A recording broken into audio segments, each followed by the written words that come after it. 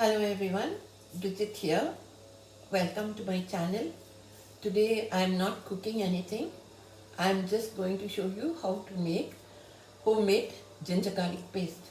So it's always good to make your own ginger garlic paste at home rather than buying the store-bought one, because what you buy ready-made from the store has a lot of vinegar and acetic acid in it, which would detract from the taste of your dish, which doesn't call for vinegar. So if you make your own ginger garlic at home, you could store it in the fridge and use it whenever you need it.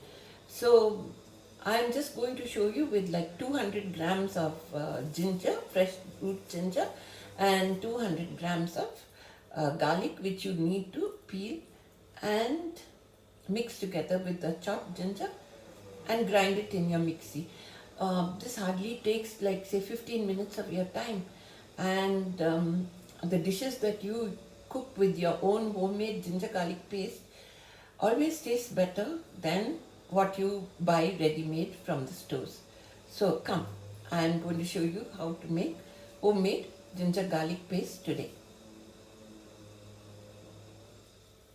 So you would need around 200 grams of garlic and 200 grams of fresh ginger root. You clean the garlic, peel it, and you also peel your ginger and chop into small pieces. Then you put the ginger and garlic into a blender or a mixie jar. Add like quarter cup of water and just blend till smooth. Then you add a little more water if if the paste is too thick.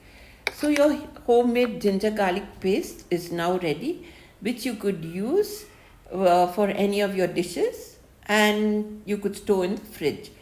So please like and share this video if you liked it, and do subscribe to my YouTube channel. Thank you.